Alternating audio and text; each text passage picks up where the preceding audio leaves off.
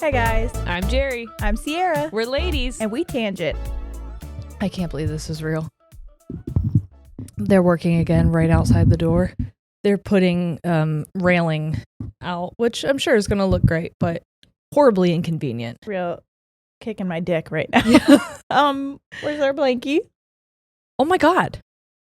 Where is our blankie? I don't know, but my feet. Did I've we never have it felt last more time? exposed. Oh, I see it. Where is it? It's over by the plant that's trying to escape. Escape. Oh, yeah. Can I get it? I used it for decoration. I'll get it. Oh, okay.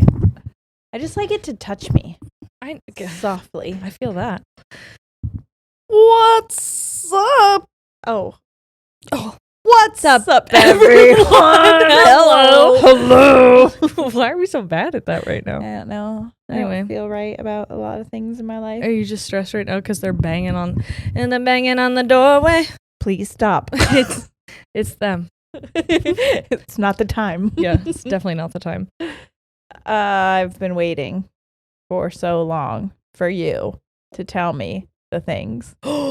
Yes, Ha! I remembered. I remember.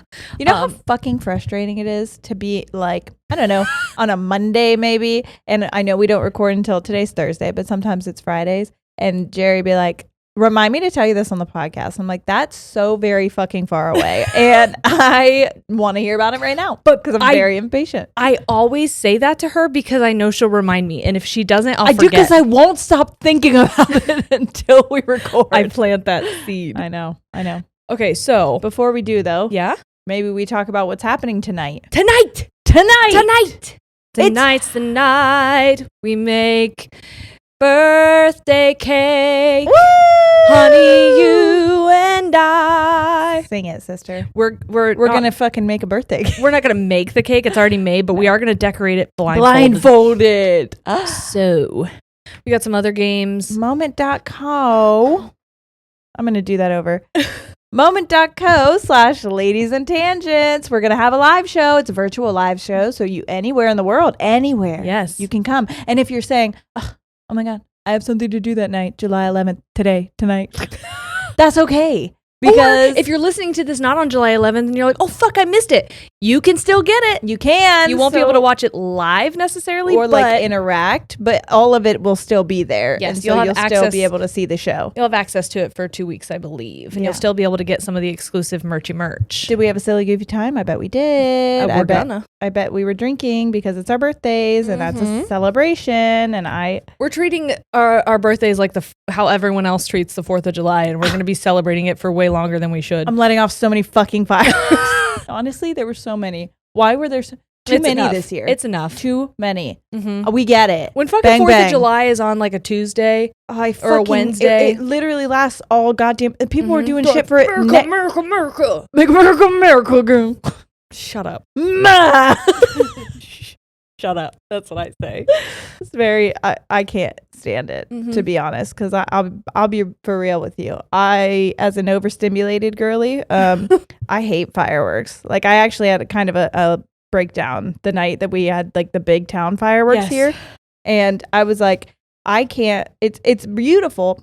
Here's a weird thing about me that I didn't know until this year, because I've already got a lot going on and life is crazy, and so I'm already overstimulated, and then that happened. I don't like when people talk during fireworks. What are we doing? Why are you talking? Yeah. Shut up. It's already loud, and then people are like, yeah, these are really good ones this year, guys. Am I right? Oh, that one was really loud. Stop. I can't stand it. When everyone is is supposed to be focusing on one thing and people are having other conversations, it's because my ADHD has to hone in on those, and I'm like, I'm trying to be present in the moment. My kids are here. Sawyer was head on my chest, and I was covering her ears. It was so cute. She was loving it, but at the same time, there were like people talking over here that I'm like, I'm invested in this now, and so I guess fuck these fireworks and this sweet moment with my daughter. Yeah. Is that a me problem? Sure. Well, it's a me problem every time I go to a restaurant. That's what I know. What? Oh, because I'm constantly eavesdropping on everyone's conversation, which is why I ended up yelling at that man over sushi. But as you should. Can I tell you what happened today as well before I tell you about the other things? Yeah. So, Ollie and I went to the dentist this morning. No cavities for either of us. Woo! I thought about all of you guys. when I was there, because I was like, oh my gosh, I can't believe I went so long without going to the dentist, and I felt so ashamed. And these people are so kind to me. They are so nice. They are the nicest people ever. And all I kept thinking is like, if you are still on the fence about going to some kind of a doctor of some kind, either for your eyes, your teeth, your body, like your vagina, I don't know. Your vagina teeth. Yeah. Who am I to judge? Don't let the fear of them being dicks to you make your life harder to live. It's truly, because there's honestly not a lot of things that are worse than tooth pain. Yes. I just dealt with it with some kind of abscess or something happening over here, and it made my mouth all puffy. And then anyways, nothing worse than that. It's fucking terrible, and it's something that's not. It doesn't have to happen. Right. It can be an easy fix. Yes. That's what drives me nuts when I went in for mine. They were like, oh, you just have a cracked filling. Boop. We just have to fill it. What? I know. It was so easy. I literally should. Now, I understand also finances and stuff like that totally. is a fucking bitch. But there are also places that you could work with you. Yes. Because when I was poor, I was still able to get work done. Now, did I have to travel to a place to get it? Yeah. So it was definitely more inconvenient. Yeah, but doable. Yes, available. And I was happy I did, because I went like 10 years. I'm not, no shame to anybody. I'm not being like, go to the dentist. I went like 10 fucking years. Yeah. And then I got gum disease. Now I have to go a lot and freaking get that figured out. And it's not as fun. So if you get it taken care of now, you don't have to do it in 10 years when you have gum disease. So dentist. In between my session and Ollie's appointment, I guess it's not a session, I'm gonna give you a teeth session. So in between, I was like, can we use your restroom? And they're like, yeah, it's right around the corner. So beautiful restroom. They do have a beautiful restroom. The whole place is beautiful. Yeah. So I said, Ollie, do you need to use the restroom? And he's like, yeah. And I was like, oh, that's probably best. And so we go in there, and I'm like, wait, I'm gonna pee first because I have to pee. And he goes, no, me. So he goes, he pees, and then he's like, all right, your turn. And I'm like, thank you. And so I start to go, and he goes, did you pee your pants? And I said, no. And he goes, great job. Great job. I was like, thanks. I don't love that you tested me like that, but thank you for the praise. There was a 50-50 that I could have. Oh, I know. I've been around you when you really have to go. Highly likely. I did the other day. I just peed my pants the other day. We got back from a walk, and I'm like, I really got to go. And I didn't even realize it was just coming out of me. You're like, I know, good. pelvic floor specialist, blah, blah, blah. All right, so now I'm going to tell you what about happened in therapy. I'm trying to decide. Do you want therapy? I'm going to give you the Starbucks story first. Oh, I forgot about the Starbucks story. Because the Starbucks story is shorter and doesn't have as big of a punchline, but it does emphasize how stupid I am. Okay? I love those. Because you know how they talk to you at Starbucks, and like you're I'm never a baby deer, and I love it. You're never anticipating what they're about to say. They're just like talking to you at the window, and you're like, yeah, sure. Yes. Blah, blah, blah. This person looks at me, and she says, we got nugget ice. What? Oh, they do. And I said, I love their ice. I'll be the judge of that. And my sister Sam was with me, and she's like, be the judge of what? What does that mean? Whether they have it or not, they do. And I was like, I meant whether it was good or not. But I didn't say that. All I said is I was going to be the judge of whether. Hey, you trying to gaslight me, you fucking bitch? I'll figure you out. Oh, boy, will I. I'll be the judge of whether or not you have nugget ice. She's like, we have it, and we've eaten it in the back, and it's so good. And I was like, okay. It is. Really, that's what I'll be the judge of. That's what I meant. It is really good ice. I do love their new nice. Do you eat it? Nice ice. No, I like the way it jingles in my cup. I do a swishy with my drink when I have my iced drinky, and I like when I can. And it makes it just feels nice in my hand. Does it? It feels like more ice to me. Yes. And so I don't like it. Oh. Because then there's less drink. I would like a really cold drink, though. Just order a bigger drink. You order a grande, order a venti. It's fine. I don't want it. Well, you don't have to drink it all. What? But also more drink. Is it? Who knows? I don't know the proportions of that. So anyway, that was my mixologist. That was my Starbucks story for you. Okay. Now here's the Big Daddy story. Okay. Shane and I are in therapy, and one of the things we were talking about is how if you came to Buffalo or Pittsburgh, and I think I mentioned it last week, our car was towed in Seattle. That was one of the numerous things that went wrong while we were there. And tensions were high. Okay. We get back and we have one day before we then have to leave to go on tour. Yeah, which was my birthday. Tensions are still fucking high. Yeah. Okay. And so Shane and I get into a tiff, and he's like, let's shelf this for therapy. We have therapy next Monday. And I go, no, I don't want it on the shelf. You can keep it on your shelf. I'm putting it in the trash. That's not for me. We're not doing this. Yeah. And he was like, I think that's not how that works. And I'm like, I'm having a fit right now. I don't get. And you came to my house. I don't want anything on any shelves. No, and the reason I put it in the garbage disposal, I'll be in Sierra's hot tubs. See ya. See you later. That is how I felt. Okay. I know. So in therapy, I bring it up. Because you're like, I dug it out of the trash. I knew he wanted to talk about it. I know, yeah. So I'm just being silly goofy. He and I are cracking up in the I almost said laundry room. We weren't in the laundry room. They don't do laundry at the therapist. In the waiting room. I was like, do they not? Where was I? We're cracking up with each other in the waiting room because we're like, oh my God, every time we have therapy, we're actually like in a happy place. In such a good place. Yeah. And so we get back and I realize, all right, regardless of how good of a place we're in right now, we do need to go back and talk about the thing on the shelf. Sure. Which I said to her the same thing I said to him. Fuck your shelf. I don't like your shelf. Take it off. Put it in the trash. And I said the reason being is because when things were quote unquote put on the shelf, it was more so like, I'm going to save this for later to use it when it's convenient for me. Against you. Yes. And so I said it was just triggering for me. I kind of want to find a new word for triggering, but it was just jarring for me to hear the shelf thing and be like, no, because I don't want that to be how we handle things in our marriage. Yes. But I understand you not wanting to put it on the shelf, me not wanting to put it on the shelf made you feel like I didn't care. Yeah. That I didn't want to know how it was invalidating to you. I get that.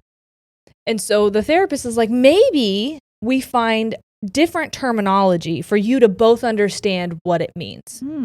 So she's like, I don't know, maybe we put it in a box for later. And I was like, okay, I like that idea because, if it's opening a box sometimes is a surprise. Well, in my mind, I was like, okay, so an argument is like a fire and it's roaring, flames, hot. Don't touch it. Ow. Yeah. Ooh. Painful. Ooh. Put it in the box and then you put the lid on it. It's going to put the fire out because there's nothing to keep the flames going. I need you to know my ADHD is going, put that box inside of another box. I can't. And I'll smash it with a hammer. What's that from? The Emperor's New Groove. Because she's sitting on that, and I'll mail that box to myself, and when it arrives, I'll smash it with a hammer. And so I'm sorry that's where my mind went. Well, I'm gonna need your mind to my box. I need you to get your mind away from kids' movies. Okay. No. So okay. Well, that's originally where my mind went when you said put it in my box. So I said, because then when we're ready to deal with it, we open it and it's not so painful, it's not so hot, it's not so bad. Mm-hmm. And she's like, that's a great visual. So when you're having an argument, put it in her box. And Shane and I just look at each other like, and we've tried that. Shane goes, I definitely think that would make me feel better. During therapy. Yes. And she was like, yes, see? And you can put it in his box. And he goes, no. No, don't put anything in my box. I don't want anything in my box. So now when we left, he goes, Jerry, I promise you, if you tell me to put it in your box when we're arguing, that I will no longer feel invalidated or like you don't care about my feelings. That'll clear things right up. Right. That's very funny. So, it does remind She had no idea that that's where we went. Of course not. Well, that reminds me of whenever I'm so sorry. She wanted to like high five herself because she's like, look at us. We made so much progress. I found a solution. You're just like, we're 12. Yeah. Because I used to have people when I worked at Schmeck's Schmode House, and they'd be like, "Can you grab my box?" And I'd be like, "If you really want me to." Are you consenting to me grabbing your box? Consensually, I would grab it. Or can you put this in my box? Can you put this in my box or something like that? And I'm like, I shouldn't, but I will. I can. Do you want me to go that extra mile? Sure. We aim to please. That's good. Good stuff. I'm glad. So that was it. Yeah. I hope it was worth the wait. It was. I'm glad. I'm sorry I derailed you with the Everest New Group. No, that's fine. That's fair. Actually, you doing that made me wonder if I took my medication today. I'm like thinking I didn't. Oh, good. I know I didn't. I am for certain. For sure certain. For sure. Insertion into the box. Anyway, here's my expensive Chelan sweater. Yeah, you better wear that. Even though it's 88 degrees outside. Well, when I was at therapy before I came here, I had a lot to do today. I had couples counseling on Monday. Yeah. I had the dentist this morning, and then I had my personal therapy. I know. Mm-hmm. Kay is so proud of me, I'll tell you that. Because you've been just getting it done, or what? Yeah. She likes, I told her, I said, I'm a little scared because I am doing this thing where I stand up for myself and I hold my ground and I take no shit. And I said, however, the voices that used to tell me I was on my high horse and a piece of shit and selfish, they are back with a vengeance. Yeah. And I am trying to fight them off with my life. Yeah. And she's like, there's nothing wrong with you advocating for yourself. And there's nothing wrong with you being honest, because honesty isn't like always nice. Yeah. And fun. But it is the best policy. It is. So Kay approved me acting like a fucking twat. So a big old cunt, if you will. I wish someone would approve that for Helen me. cunt. Because I almost joked. There was a tornado. There was a tornado.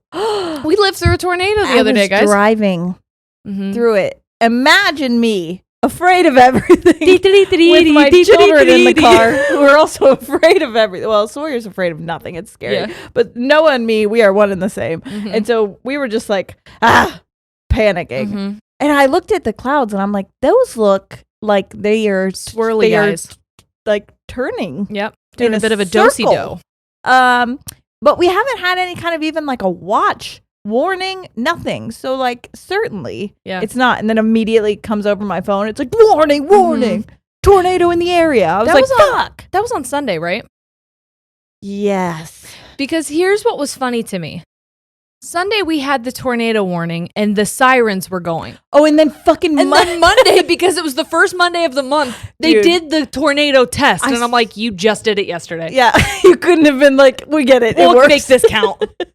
I thought about that because I was like, not another one. I was coming into the office and I'm like, no, not please. Again. We can't go into this basement. There's so many biters. Hey. I know. I was in my... You got some big fucking biters on the back of your deck. Oh, big ass biters.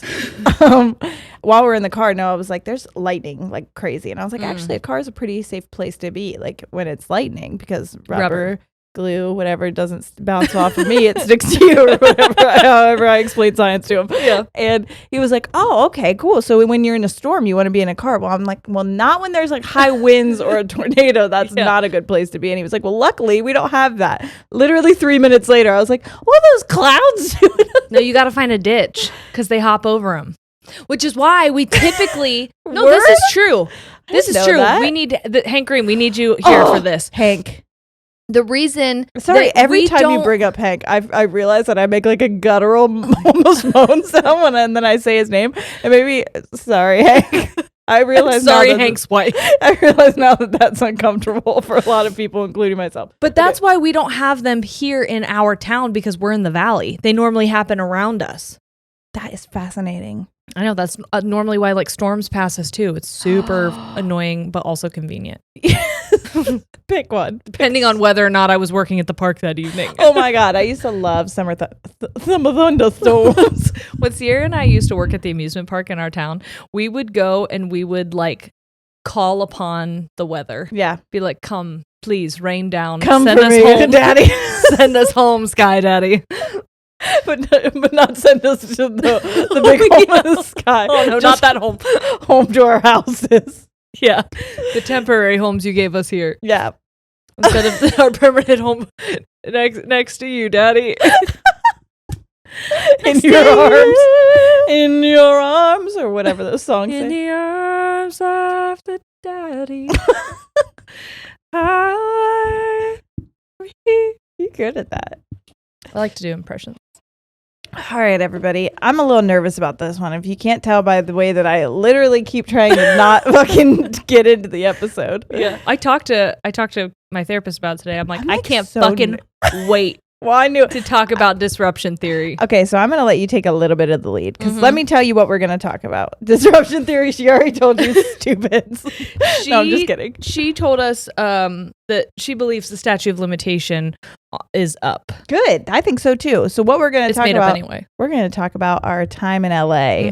So many people want to know why we were in La La Land, if you will. La La for my birthday last year. And we never really talked about it. We talked about the trip, but we didn't talk about why. And now we are going to. I'm nervous. I'm not going to say any. We're not going to say any names because it's not. Honestly, the names are not important. Not relevant to the story at all. It's really just about the experience. Yes. That come along with us. Right. So you start us off. I think I have a burp. Yeah, get it out. There it is. Okay.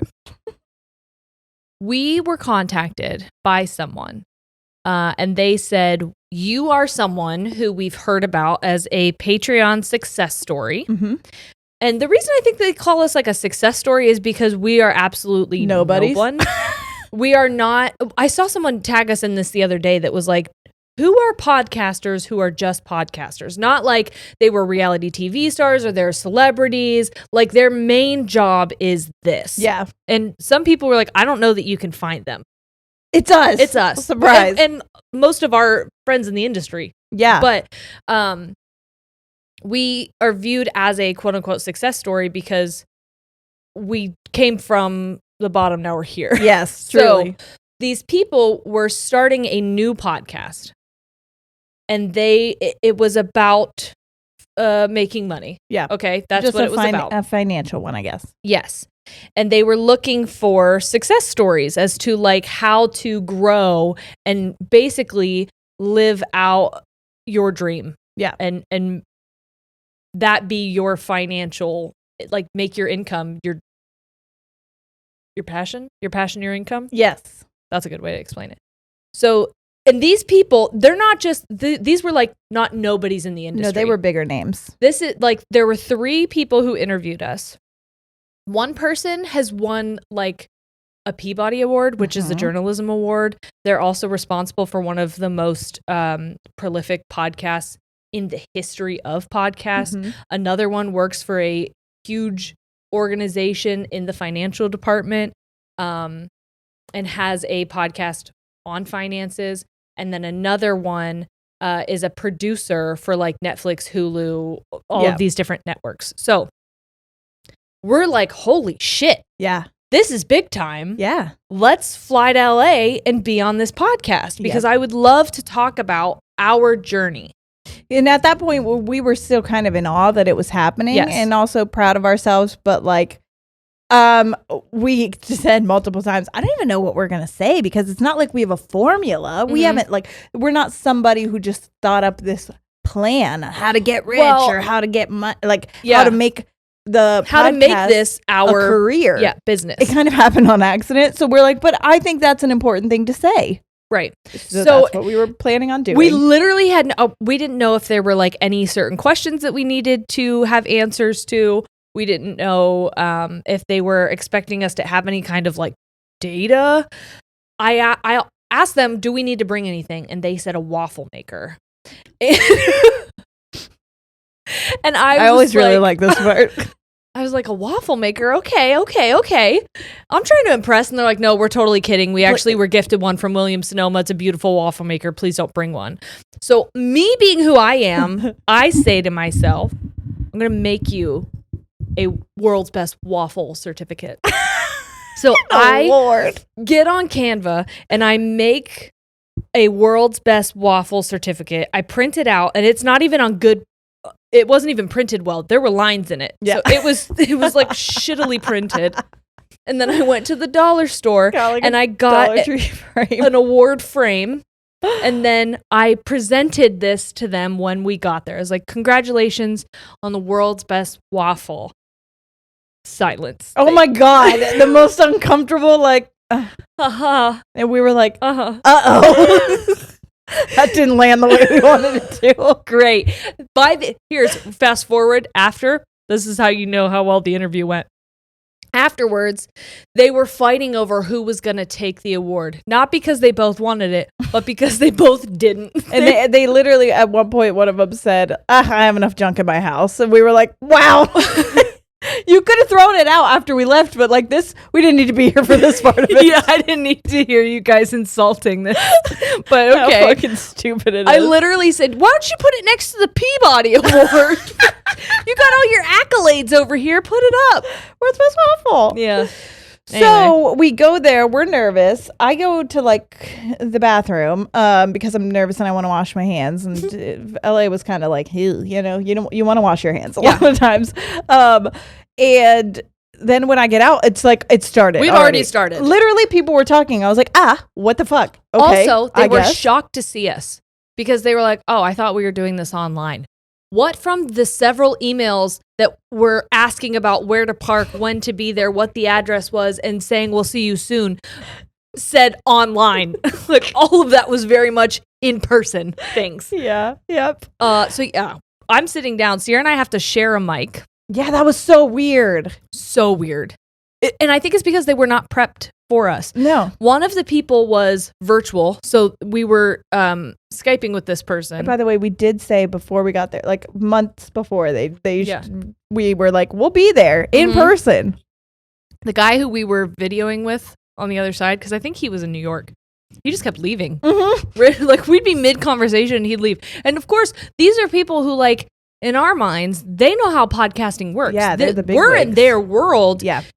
And I was like, I think we're more professional than they are. Yeah, like I would say never treat a guest this way. No. Well, and maybe it's just because we care more about that, and maybe So, anyways, one of the very, very first things that was said to us was, so they said, can you tell us how your podcast started? And so we give the spiel that we give. We give the normal spiel. And I said, we started doing video and we put some clips on TikTok and some videos went viral and the rest is history. And the next words that were out of their mouth was, oh, so you're not a real podcast. Uncomfortable. Pardon? And we were like, I looked down and Sierra's hands are on vibrate. Yeah. I'm full body shaking at this point because number one, I hate that we're there. I don't, but like my anxiety is like run. And number two, yikes! I already feel like this was a trap. We just came to be basically told bullied. Why we shouldn't be doing this, or like made fun of almost. It felt very much like we invited you here to make fun of you. We got voted prom queen. Yes, as a joke. Yes, that's what it felt like. That's exactly what it felt like. So I look at them because now I'm pissed because I'm shaky. Well, yeah, because you're shaking, and also like, how fucking dare you? Yeah, and when I get in like a headspace like that, I instead of being like, well, I shut all the way down. So I was just like, immediately look down at the ground like, nope. And I'm ready to fucking fight because I can tell me I'm not a real podcast, but you can. Yeah. I'm allowed to. We're a professional podcast for professional people. I'm allowed to talk down on myself, but I had already overcome so many negative messages to just claim the fact that yes, I am a business owner. Yes, I am a creative. Yes, I am a podcaster. Yes, I deserve to take up space here. And like for you to say that we're not a real thing immediately not only invalidated us and all the work we had done, but it invalidated everyone who got us there. And that pissed me off. Yeah. So now I'm in big sister mode. And I said, well, because what they explained was that real podcasts don't have video. Yeah.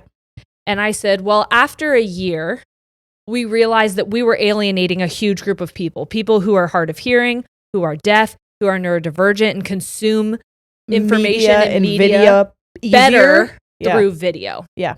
And to be more inclusive and to make sure that anyone is able to enjoy and access our content, we decided that was the best route to go. Yeah. So it had nothing to do with us not being real and everything to do with us wanting to be inclusive. Yeah, we're not YouTubers who just decided to talk into a microphone. We had done 70 plus episodes up until we decided like, oh, hey, people are paying attention and listening to us. Maybe we should open this up so more people can have access to it. Maybe this is the reason we're not reaching as many people is because we're limiting ourselves. And turns out that was it. That was it. So then they said, I should have watched our live after. I know. If you are on Patreon, patreon.com/ladiesandtangents, if you're on there, we did a live. It would be for the Fuckable Bunnies and the Goose Pimps, but we did a live in LA after that. And we really told the story. So it's a little fuzzy now, but we'll give you the like highlights of it that are scarred into our brains. Truly. So they were asking us like what our process was. Yeah, and yeah. They were like, so what was your formula? What goes into it? Yes. What did you like come up with a strategy? And we're like, no. Our strategy was caring about people. Yeah. And we said, we explained that like I was in a really bad place mentally and you had just had like, I think, no, were you still teaching or you had left teaching? I had left teaching. For photography. So at that point we were kind of just like trying to do something to give ourselves a reason to keep going. Yep. And like we're explaining all of this and that like in our head it was just about caring for ourselves and each other and other people, and they're just like blank faces. They looked at each other at one point and they go, have we ever thought about our audience? I don't think we've ever cared about our audience. And we were like, huh? Yeah. Because they're sitting there asking us, what are your download numbers? What's your projection? What's your retention? What's your this? What's your that? And we're like, I don't know. What are those words? I don't know. I don't look. I don't You care. told me I didn't have to be prepared. I brought you the waffle thing. I should have brought some fucking data. I didn't know I needed that stuff. Because that's not the stuff that we pay attention to. No, we never have. We just kind of trust that it's okay because people keep telling us that it's okay. Yeah. But our focus is you all in the reaction we get from everybody and making sure that we show up for you and that we continue to educate ourselves, that we listen to you, and that's our focus. Yeah. And so at one point in the beginning they were the ones that brought up disruption theory, and it was the so you go ahead and say how they presented it to us. I'm 99% sure it was the person who was in charge of like the financial podcast who we were talking to virtually. But they said, well, there's been, a disruption in the industry. There's something called disruption theory. And what that means is people are able to pump out content faster and at a lower quality with inexpensive materials and equipment, and it compromises the integrity of the art of podcasting, which infuriated me because, and this is what I said to them, and this is probably another reason it never aired, but I said, what you're telling me by saying that people are putting out content that is cheap and quick and poor quality, that only the people who can afford expensive equipment, who can set aside months worth of time to devote to sometimes one episode, that they are the only people who have anything of value to say, and that's not fucking true. So I reject that.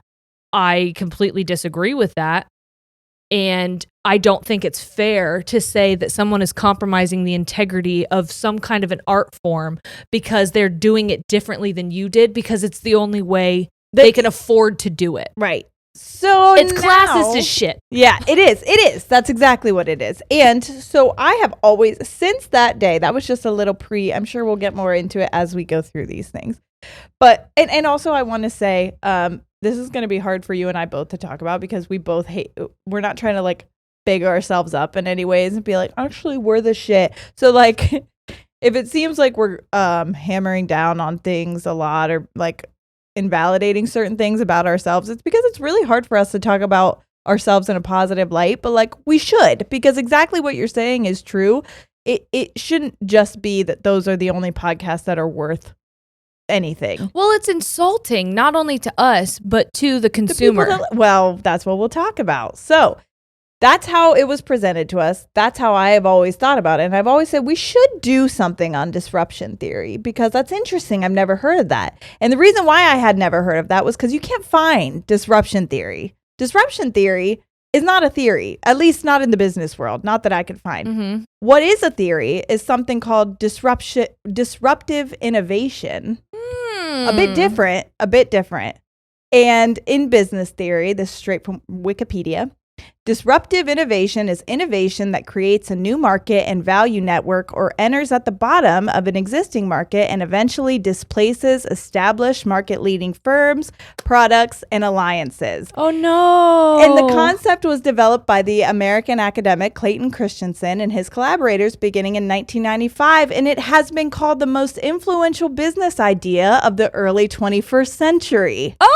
Interesting that that's not how it was phrased to us. Not at all. It was phrased as like that's something that tears down the integrity and value of whatever it is that it's disrupting. Mm-hmm. And this is something that I dealt with photography as well, because there were people who had studios and they had this crazy equipment and off-camera flash and they had all of these different backdrops, and then the accessibility of cameras and the quality of affordable cameras improved so rapidly that people were able to start doing it themselves. Yeah. And so these studios would say, don't trust your neighbor with a camera. So they were already invalidating and devaluing people and their ability to create. If you can't afford to buy a studio, then your content isn't worth consuming. Yes. Or your pictures aren't worth viewing. Yes.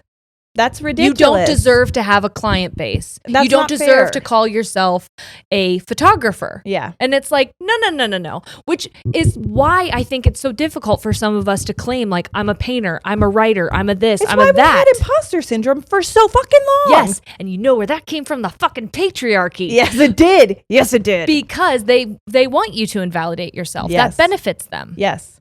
Because then they stay at the top. How can they get disrupted if they tell you that you're not worth disrupting?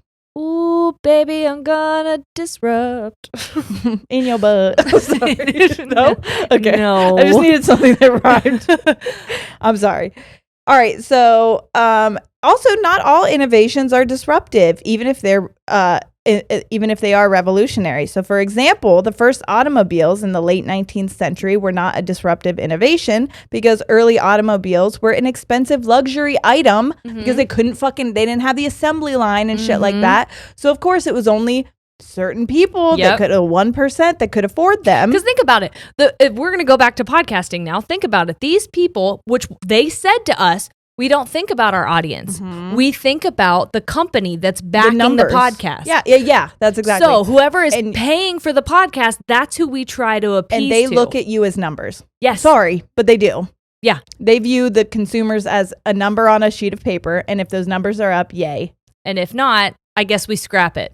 They don't care if it benefits anyone or doesn't benefit anyone. Yeah. It just needs to appease to the people with the money. Yes. And if the people with the money realize, wait a second, people aren't consuming this the way they used to. They're not interested. They're not coming back as frequently or staying as long. And they realize people are going to invest in who they believe invest in them. Yeah.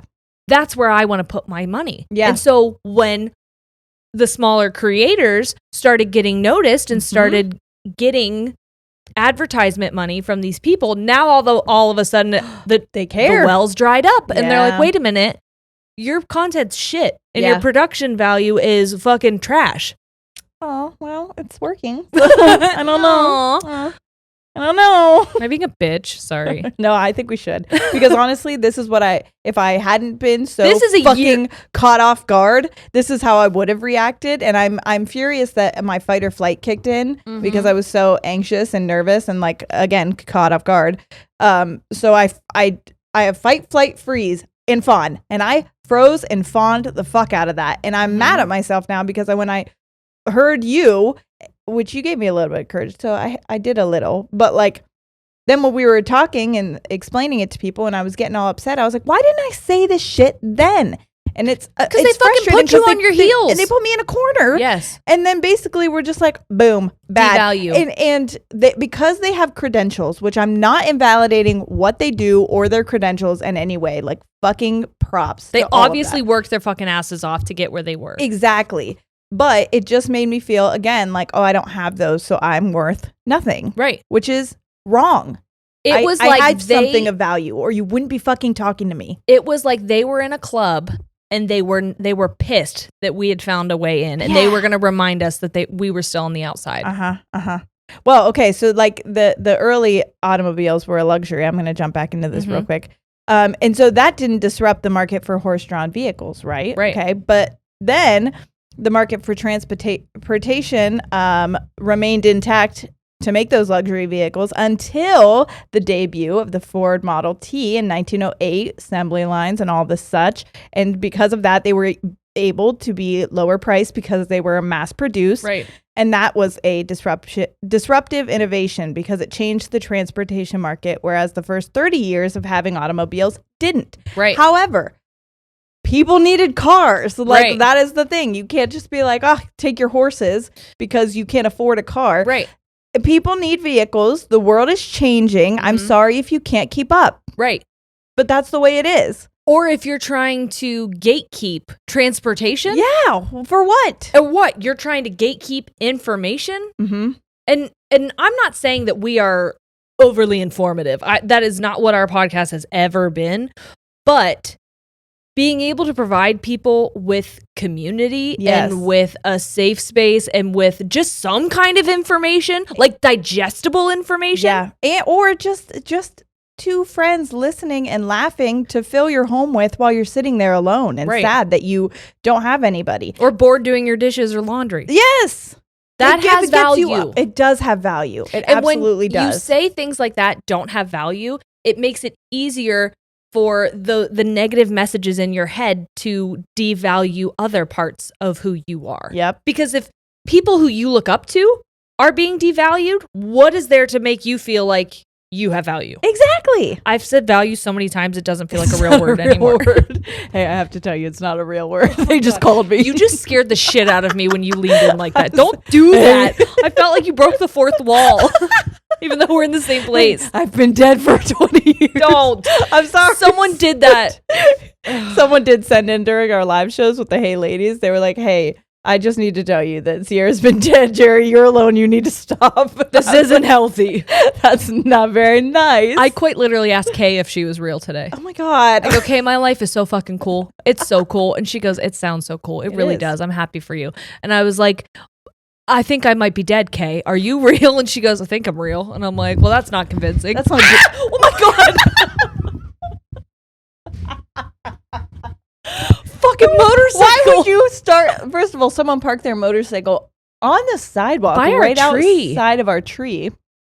And then they just started it up like a scary just fucking threw my microphone at them. Okay, back at it. Okay, guess what? You want to hear how professional I am? We took a break and I took my pants off. So don't worry, she's got boxers on. I do. They're bright yellow, so I'm like the cloud and the sun right now. It's really beautiful. Oh yeah, my shirts have clouds on them. If you're a listener, she's your whole world. I am your whole fucking world. World in the sky. It's just really hot in here right now because we can't run the air because then it's hot. like, whoa. It's so fucking loud. Yeah, it's really annoying. Disruptive innovations tend to be produced by outsiders and entrepreneurs and startups rather than existing market-leading companies. Oh, no. You don't say. I guess not. The business environment of market leaders does not allow them to pursue disruptive innovations when they first arise because they are not profitable enough at first and because their development can take scarce resources away from sustaining innovations. So basically what this is saying is that small teams are more likely to create disruptive innovations than large teams. Mm-hmm. Ha! Uh-huh. And you know why? It's because you don't make shit. Yeah, you don't. You don't have resources. No. So all you have is tenacity. Yeah. All you have is the will to keep going. And if you just keep going, yep, that's how you see results. I'm not guaranteeing you see results. I'm not saying that it's like a especially foolproof now thing. the podcast industry is so oversaturated, and that is the truth of it. Yes. But you can. Yes. And we've proved that. Right. So the guy who created it, Christensen, remember him? Yeah, pause 1 second. The reason I say it is possible is because I lost it. Fucking A. I remember. Is because the people who are in it for profit get tired of not getting profit. Exactly. Or for putting too much, once you see so many, it is a lot of work with not a lot of payout initially. Away. Yeah. Unless you are somebody who is like a Nepo baby in the world of podcasting. Right. And then yay for you, I guess. But that's you having resources. You have resources. Yeah. And it's not. So we're saying no resources, no connections. Yeah. All we have was just the will to continue doing it. Yep. And why did we do it? It wasn't because we were like, one of these days we're going to strike gold. No, literally. We never would have imagined ever. Right. And I think a lot of times the reason that people will end up disrupting something is because they can see the holes in it. Yes. And where the problems are. Yes. And how something is being used. We'll talk about this. In a way to alienate people. Yeah. And then in comes the outlier who's like, he thinks you're leaving a few behind. Yeah. Oh, we're going to get there. Mm-hmm. Okay, so there's something called the technology mudslide hypothesis. And basically what that is the idea that an established firm fails because it doesn't keep up technologically with other firms. Or I would say societally as well, when it's in terms of things like this. Because Gen Z consumes things in a very different way. And you have to, I think a lot of like the older, maybe 10, 20 year ago, really started out podcast networks that were like really big, weren't taking into account that like how your biggest people, the consumers, audience are going to be the people that are not yet there. Right. So like it's, I would say our biggest audience is Gen Z. And they consume things very differently than Gen X. It's or even millennials or boomers. Yeah. And so I think that people, you can't count them out. Yes. You can't count them out. But you can't count anybody out. You have to understand that every person in every category has value. Yes. And how can I meet the needs of so many different people, which is why we decided, okay, audio is not going to meet the needs of everybody. Yep. Long form content is not going to meet the needs of everybody. Yep. If our goal is to connect with as many people as we possibly can and bring connection to as many people as we possibly can, then we got to be flexible. Yes. We got to be flexible on how we deliver our content, how frequently we deliver our content, Yep. how accessible we make it, Yep. and in what form. And in no way is any of that, how am I going to make more money? Yes. That way it can't be your motivator. No. It's not sustainable. No. What is sustainable is caring for people, which people don't think about. No, they don't. And we get that all the time. That's like, your audience is amazing. They'll follow you anywhere. And it's because I think the energy that we give out is just thrown back at us. People aren't stupid. No, people are they not can call dumb. your bullshit. If Yes. they feel like you don't value them, it's probably because you don't value them. Yes. And they fucking know that. And they're not going to, how many of you in the world or how many of you on the couch are going to go somewhere where you don't fucking feel valued? I'll never go back there again. I'll tell you that. How many times are you going to continuously try and fit in somewhere where they are constantly telling you, you don't? You don't belong here. You're going to stop fighting for it Yep. and you're going to put your energy into something that makes you feel good. And especially then if you've searched for that long, you're going to put all your energy into it because it's like, thank God, here you are. I thought you didn't exist. Right. And that can only come from you creating something that you yourself needed. Yeah, and that you can be proud of and you can stand behind. Because when we talk about this, no matter what people throw at us, numbers, any data, finances, whatever, we can stand behind what we've done with this 110%. Like, there will never be a time where I'm like, I don't know if we should have made that call. Right. Because we make it with our entire morality and everything goes into it when we make it. It's not just what are the numbers? We'll go with that. You know what I mean? Like, we were told several times, you guys could have charged more for your tickets. Yes. And like, this is what was said. $7. People pay an extra $7. And we were like, that's a Subway sandwich. Yeah. That's a meal. Yeah. People are coming from across the world. They're buying plane tickets. They're buying gas. They're buying food on the way. They're buying a hotel room. They're buying stuff while they're here. They're required to purchase at least 2 things while they're here. Yeah. If we can save you $7, that to me is meaningful. Yeah.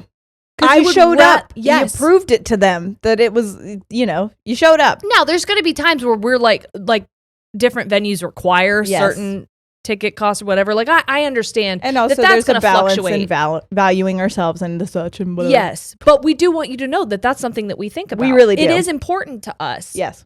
And we are straddling the line of valuing ourselves and also valuing you all the time. Yes. Because we're not here without you. Yep. You know what I mean? And I used to not roll my eyes, but just be when creators would be like, we did it. I got it. We got a new car. And it's like, no, you got a new car. Yeah.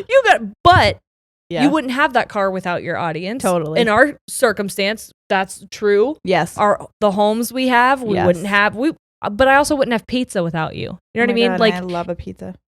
Small scale, large scale, it is a symbiotic relationship in that way. Right. And my problem a lot of the times is I don't understand how valuable what we do is to people. Yes. And so when someone else says you give me way more than a $20 ticket. Yeah. Like, your content brings me more than just that. It's the least I can do. And we're like, no. The reason I want to talk about that is because that shows me that they feel valued. Yes.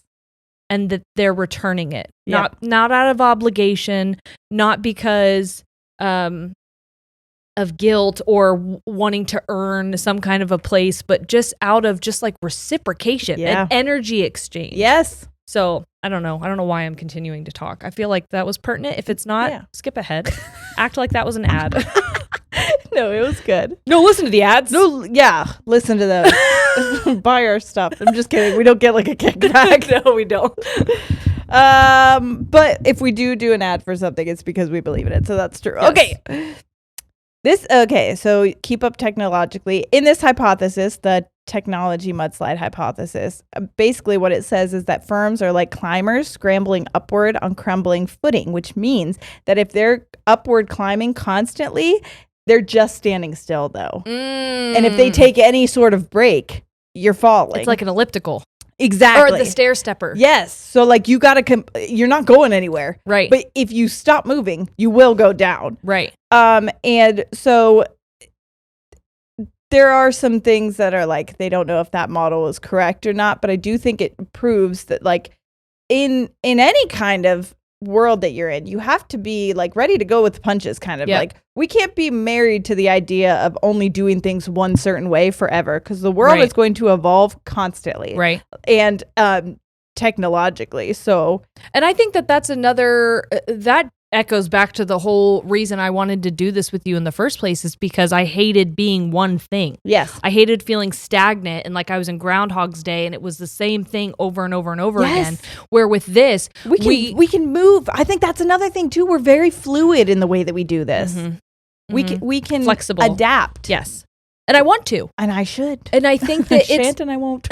Can't and I can't. I think it's helpful too to do that publicly. Yes. Because it almost sets an example of like, because it can be scary. Yep. It can be fucking terrifying. Yeah. And overwhelming. Welcome to my world right now where literally everything is changing and in chaos 24/7. And I just have to sit there like that dog on the computer where everything's, or on the table where everything's on fire. And I'm like, this is fine. This is fine. But that's truly, I wouldn't be able to do that if we didn't have the first fucking 2 years of the podcast. Yes. For me to be like, oh yeah, this is why. This is why I'm letting just hot. Like the world. This is why I'm hot. I'm hot because I'm fly, and you ain't because you're not. Okay, all right. In the technology mudslide hypothesis, Christensen differentiated disruptive innovation from sustaining innovation, which sustaining is that one where you're just continuously going on just to remain stagnant, basically. He explained that the latter's goal is to improve existing product performance. On the other hand, he defines a disruptive innovation as a product or service designed for a new set of customers. This is a quote. Generally, disruptive innovations were technologically straightforward, consisting of off-the-shelf components put together in a product architecture. There's a lot of fucking big words in here. I'm sorry. But I'll break it down for you. In a product architecture that was often simpler than prior approaches. They offered less of what customers in established markets wanted, so could rarely be initially employed there.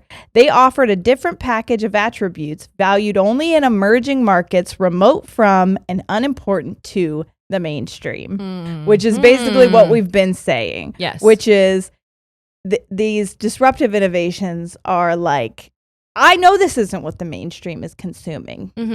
But they're not the only ones that matter. They're not the only ones that exist. Yes. And so this is going to shake things up.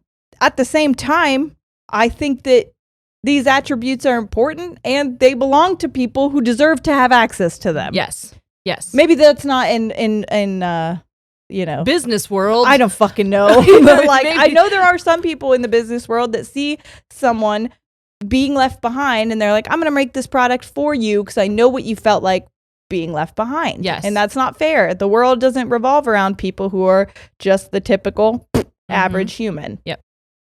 I feel like we're doing something bad, even though I'm like, all we're doing is really standing up for ourselves. And it was very, very strange. And I want to say this, that I felt very confused by the entire thing because the messages, like anything that wasn't in person, conversation contradicted what we experienced. Very different. Yeah. Was almost them. It's almost seemed like, I don't want to say kissing our ass, but like kind of really being like, wow, you guys are awesome. Well, and here's the thing too. It was great talking to you. And I was like there's been times where I've heard people say like that, like they said stuff to get a reaction because it's almost like that emotional response is what's gonna get like the clickbaity, and not even just like the sound bites. You know what I mean? Like that when people are emotionally engaged, then maybe they're gonna say something that has like a little bit more meat to it or something. I don't know, but what we left there being like wasn't very nice. I'll tell you that. I literally walked out and said, "What the fuck just happened?" Exactly like that. Like what the fuck?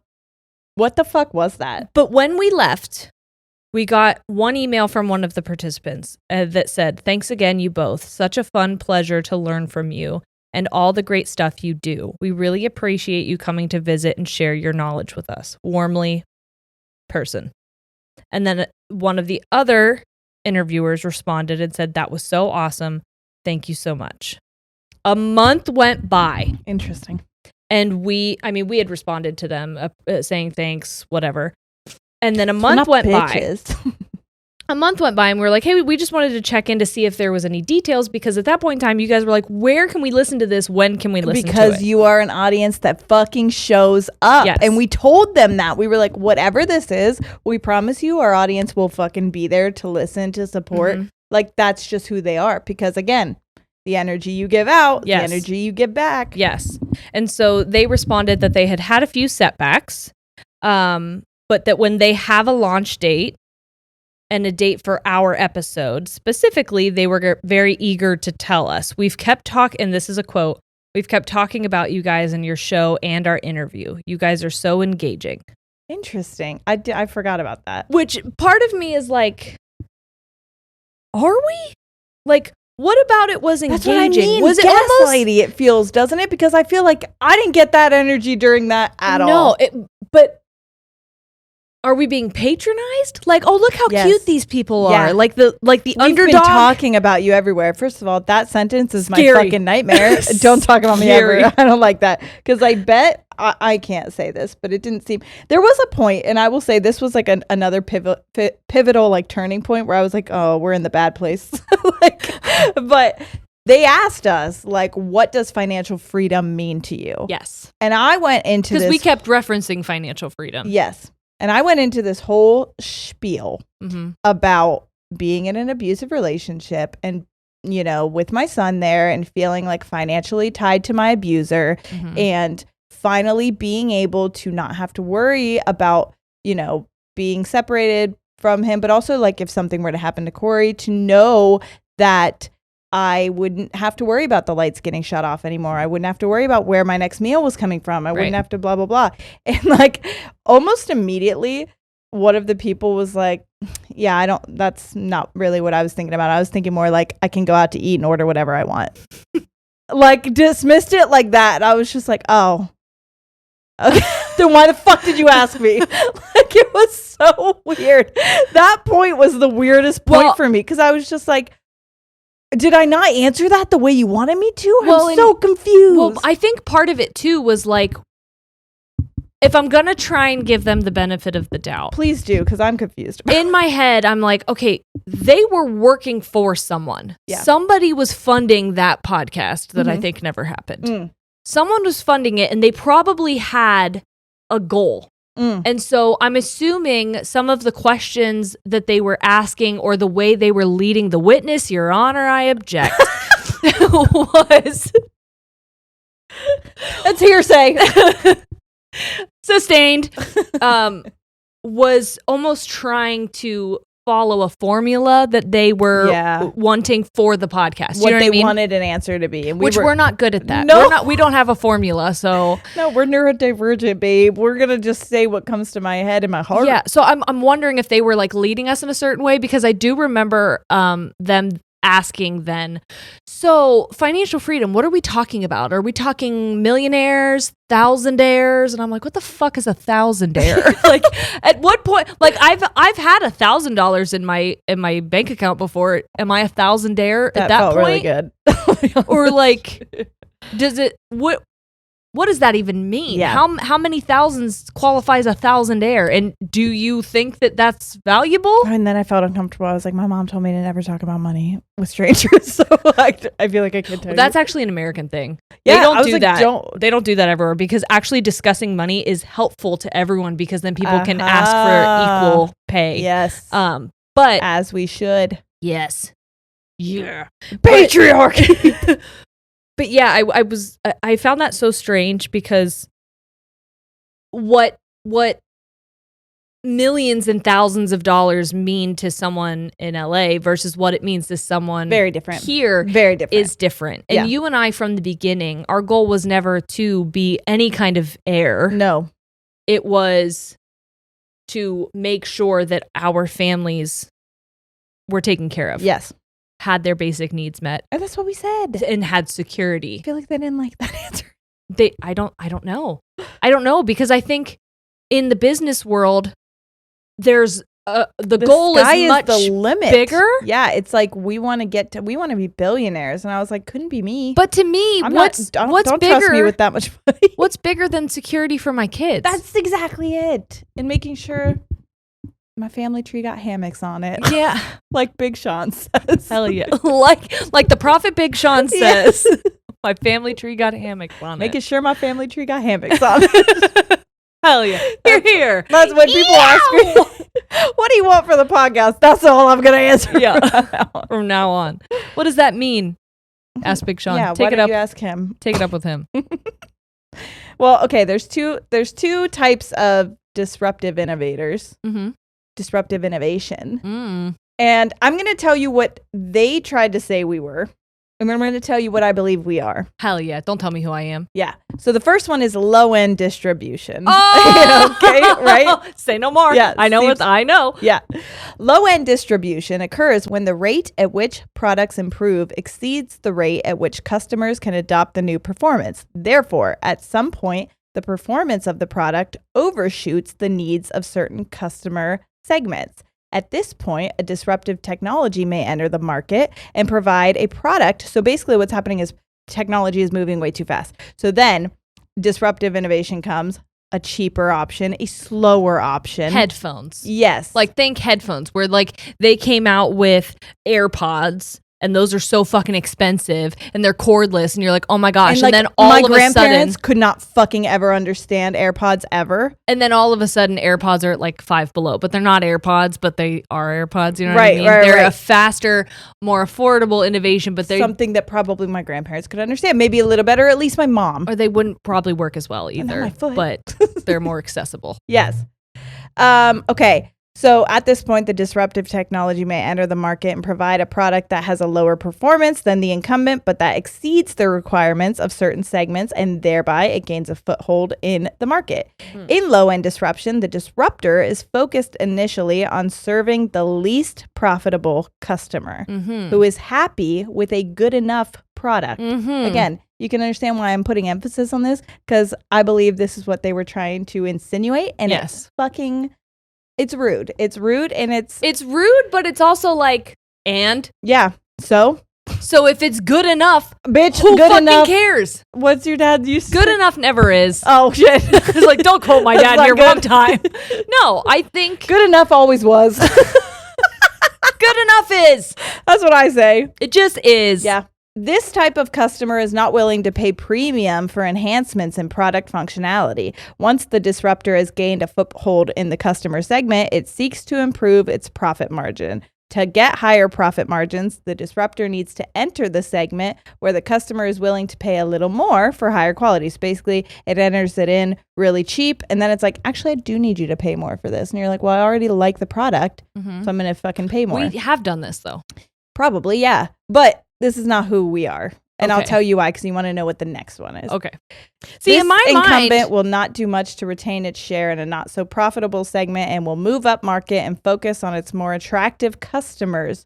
So it starts then becoming the people that we don't want to become. After a number of such encounters, the incumbent is squeezed into smaller markets than it was previously serving. Finally, the disruptive technology meets the demands of the most profitable segment and drives the established company out of market. So basically, it's like I found this back door this way in. I used these people to get here. Yep. But really, I'm just going to throw these people off at the end. Yes. And you don't mean much to me because I really wanted these people. But I used you to get there. Yes. I use you as a shortcut. That's why I say absolutely. Got it. That's not us, and it's offensive. That was something that I believe it was if that's what inferred. They meant. Yes. If that's what they meant by it. But what I believe we are is the new market disruption. And the new market disruption occurs when a product fits a new or emerging market segment that is not being served by existing incumbents in the industry. Some scholars note that the creation of a new market is a defining feature of disruptive innovation, particularly in the way it tends to improve products or services differently in comparison to normal market drivers. Okay, so different way to provide services, basically. It initially caters to a niche market and proceeds on defining the industry over time once it is able to penetrate the market or induce... I knew you were going to like that. Penetrate. The market or induce customers to defect from the existing market into the new market it created. So basically it was like, yes, it did focus on the niche at first because those were the people not being focused on, but it didn't say fuck you, goodbye. It was like, now let's see who else can come into this circle that we've created. Yes. The extrapolation of the theory to all aspects of life has been challenged. Oh, okay. So this is just as has the methodology of relying on selected case studies as the principal form of evidence. So there's questions whether the theory has been oversold or misapplied, as if it were able to explain everything in every sphere of life, including not just business, but education and public institutions. Okay, so that makes sense. Saying like, that it can this could be applied to different things outside of just business. Yeah, but I was confused because I was like, where is this going? But yeah that makes sense because that's, I believe, what was done to us. Yes. Because when I looked this up, I was like, yeah, I know that in business, but like, where else is it? And it's like not really a theory anywhere but in business. But that's the thing. Terms. They weren't viewing podcasting as what we viewed it as. Anything other than a business. Yeah. And we disrupted the business. And we were like, we didn't mean to be a business. No, that was an accident. They asked us, they were like, what do you do? What's your formula? Have you cracked the code? And we were like, we care about people. Yes. That was literally what we said. That's the secret sauce. They were like, wow. Love. Let us put our secret sauce on you. In you. I don't know. You know, whatever you want. Wherever you prefer. You want to be a Twinkie? Do you want to be a toaster strudel? Let me spread my love on you. Yeah. And that's kind of, you know. That's disruption theory. That is disruption theory, and that's why you probably won't ever hear that episode. So I'm really glad we went. Mm-hmm. It was a great experience. It made me learn a lot. It was almost like I needed something like that to happen because I have been hearing voices like that in my head that we haven't actually heard. We've been getting so many like, you're amazing, you're awesome, blah, blah, blah. And then I'm like, yeah, but where's the person to tell us that we're not?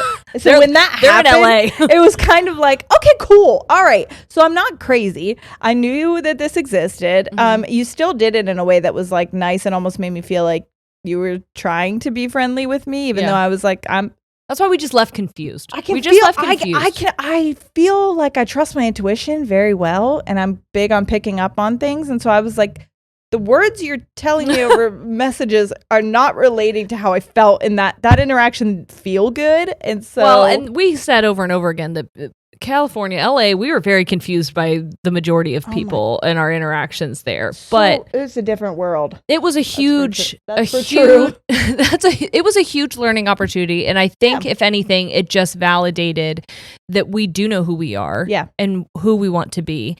And I'm okay with being disruptive. I'm okay with being disrespectful because in the way that you're saying those, you're trying to make it a negative thing. And I reject that. I view it as a positive thing. We need a third D word. So instead of like live, laugh, love, it's disrupt, disrespect, and dick me down, daddy. Just kidding.